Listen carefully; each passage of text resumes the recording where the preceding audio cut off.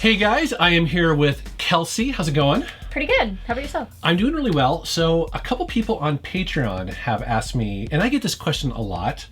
They want to know what games made me rage quit. I'm so pissed off that I wanted to break a controller or the game itself. Have you broken a controller? I've tried. You've tried. I've tried. I actually on one of these games here, I was playing, it was a PlayStation 2 game, and I got so mad, like my muscles tensed up, and I was trying to twist the controller. Like I was pissed. You know, the best way to break a controller is to throw it at a wall. That's true. Then you can break the wall too. Yeah. And the amazing thing is that it didn't break the controller. Like I really tried. Like I was like, they're really well made. Yeah, there you go. I know. Good controller review right there. So we have, I think, about 6 or 7 games here that made us rage quit. Yep. So. I guess I'll start. So this is a game that a lot of you guys are going to tell me I'm stupid for, because I actually really liked what I played of this, but I didn't get very far. So this is Trigger Happy Danganronpa for the Vita. Have you played this one? A little bit. It's not, this is kind of like, don't they call these like visual novel games? It's kind of like a mystery visual novel. It's got more like action elements to it than a normal visual novel does, but I was really enjoying it, enjoying the characters and the story and that sort of thing. And then you get to your first trial. Now, I knew the answer to this trial, I knew who the culprit was, but at the very end of the trial they shove you into this weird like mini game thing, and they don't explain it very well. And so when I failed at this mini game, it starts you over. It is game over. So, now, it did give me a couple tries, but I couldn't figure it out. Oh, I see. So you knew who was guilty, but you didn't necessarily know how to solve the minigame. I wasn't able to, like, do it in the minigame correctly as the game wanted me to, so they just, even though I had all this evidence, they were just like, well, but he says he didn't, so he or she said they didn't do it, so. And then I stopped playing. I have not picked it up since, and I would love to, because like I said, I really enjoyed what I played of it, but that is that's a way to make people not want to continue.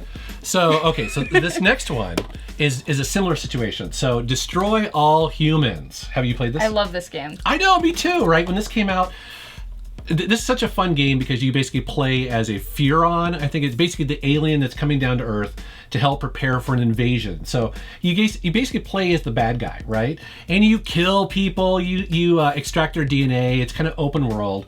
This is a really fun game. However, it has some of the worst save points, especially later on. So kind of like what you're saying is like you play these missions, you're going along, you're doing really well, then all of a sudden you just get your butt kicked for whatever reason, and you start all the way back on this big long level. That's the worst. Anytime a game does that. I know, and to top it off, this has one of the toughest boss battles at the end. So I never even got there. Oh, it's brutal. So basically, the boss battle is this kind of open area. I believe it's in front of the White House, and you're trying to take down the woman who is the bad guy. But she keeps summoning all these minions, and she can regen her health.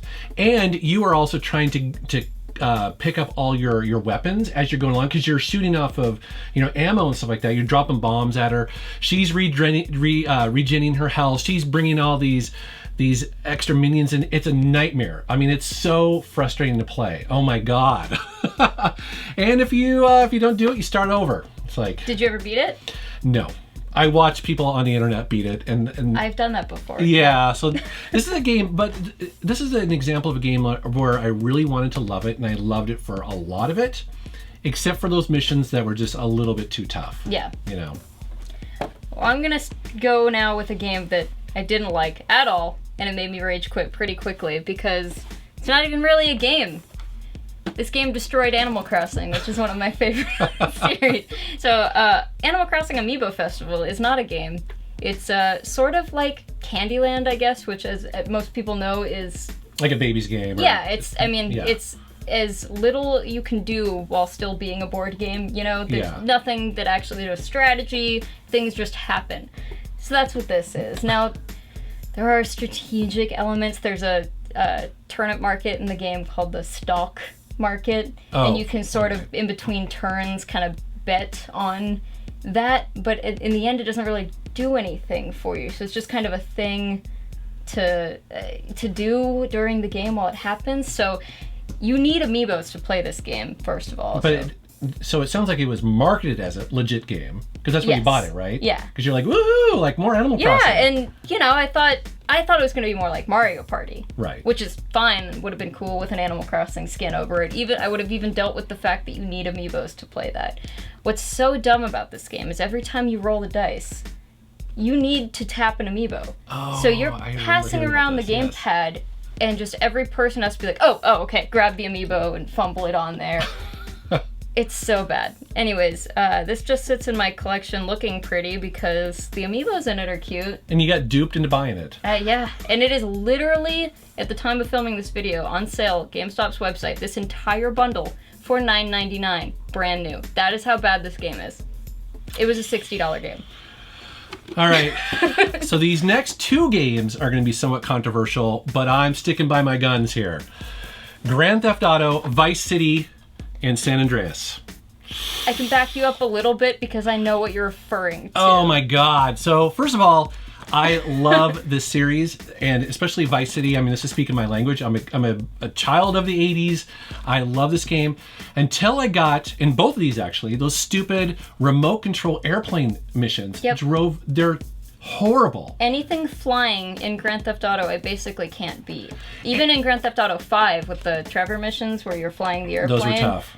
I had to just skip that mission. I mean, I'm terrible at it, and I am willing to admit that it's not necessarily the game that makes me stupid, but still made me rage quit. So for these 2, those little remote control airplanes, it's hard to describe, but basically the physics of them is that they're so, what is it, like nimble, I guess, but they're just impossible to control. And too responsive, and to make things worse, they're timed. I'm like, oh, and so I would restart it. I'm like, no, I'm not gonna let this game get the better of me. I love these games. Finally, at the end, I cry. I just basically this might have been the game where I was like, looked at my controller. I was pissed. All right, so I've got another one that was just really hard and also one of my favorite games of all time, Ikaruga. One of my favorite games. So challenging. I mean, yeah. Oh my God. Probably my favorite shoot 'em up of all time. This is a really cool game where you flip back and forth between being 2 colors, red and blue, and so you have to be blue when the blue bullets are shooting at you. You have to be red when the red bullets are shooting at you. That's sort of how you avoid this bullet hell. Now, it's doable for the first 2 levels, and I can get through them, and it's tough, it's challenging, but you can do it. And then I've never seen past level 3. Ever. And I love this game. I've played it a lot, so I have watched people play past level 3, and I can't get past it, so it seems like a huge difficulty spike from level 2 to level 3. No, I would agree. I don't think I've made it much further than that as well. And I don't know if you just have to take a bunch of Mountain Dew, just get in that zone where the whole world slows down or something like that. I don't know how people do it. It's amazing, right? And to be fair, I'm not a super patient person, so it's not like I practiced for 6 hours to try to get past level 3. I give up after 10 tries, right? Yeah. So it's probably doable, but every time I sit down to play it, I can't do it, so. So for my last rage quit game, I don't have in my collection because I didn't want it stinking up my collection. I hated this game, and oh my God, I'm gonna get so much crap for this. That is Alien Isolation. Did you play this? I did, and I thought it was frustrating and scary. Yeah. But it's still in my collection. But I did not beat it, so there's that. I didn't want it anywhere near my collection. Oh my God. I never sell back games to stores, because there's usually something to them. And to be fair, this game it's a love letter to the original Aliens. The look, the graphics are beautiful. It's super scary. They nailed all that. It's rather than it being, scary, it's just that you are on edge the entire time. Yeah, and because you're kind of powerless, I just got really frustrated with the game. I felt like, I like stealth games, but in most stealth games, you have some ability to take out you know what I mean? I don't know, there's just If you get caught, there is something you can do. And I felt like in this game, I was getting caught all the time, dying, and I played it, I don't know, probably 5, maybe at the 10-hour mark. The other thing too is that I just found the game after a while to be very boring. There's a lot of backtracking and stuff like that. So in the long run, I was really disappointed. I love the movies, and I was like, get this game out of here. It pissed me off too many times. It's an exercise in patience. Absolutely. And you bring up something, a really good point is that, it'd be so easy for us to pick difficult games. Like, right. You know what I mean? Like legit Dark Souls, Contra. All those games, which are designed, I feel, to be fair. Like you learn the levels and you just get better through repetition. Right. And then there's these where, like, for instance, Grand Theft Auto, I just felt like the physics and the time limit was just completely unfair. Like, when you're battling the game itself and not just, trying to learn the right moment to dodge and all of those things, right. It's a different feeling. It is. and I think Ikaruga is definitely more along the Dark Souls line where it's just, hey, get good. Like right, or just play through it and learn the levels and stuff like that. But for a lot of these games, it's just the rage-inducing part is that you can never get anywhere, and it doesn't feel like you just need to practice more. It feels like you just need to be psychic. Also, too, don't you feel that, as we've gotten older and we maybe have a little bit more of a backlog of games, my tolerance for games that are more or less forgiving, it just goes out of I just won't give them. Because when you're a kid, you get a game maybe every couple months or so, and you really put your heart and soul into that, right? You have to get through Battletoads. You got 2 games, right. You better get through Battletoads. You got all day to figure it out. Yeah, but when I feel like a game is either not well balanced or maybe the AI is cheating a little bit, I've always felt this way towards a lot of the Need for Speed games, where the rubber band AI is cheating, and so once I get to a certain point in those games, like, I got my money's worth, I'm moving on. You know what I mean? And so it's just a different mentality. Yeah.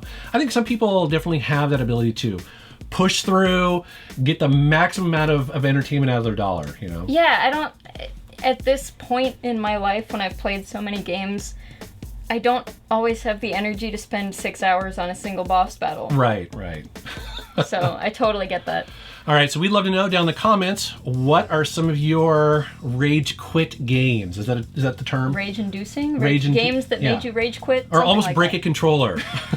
Did you break a controller? And what'd you think of those remote control airplane missions? Because we're not crazy here, right?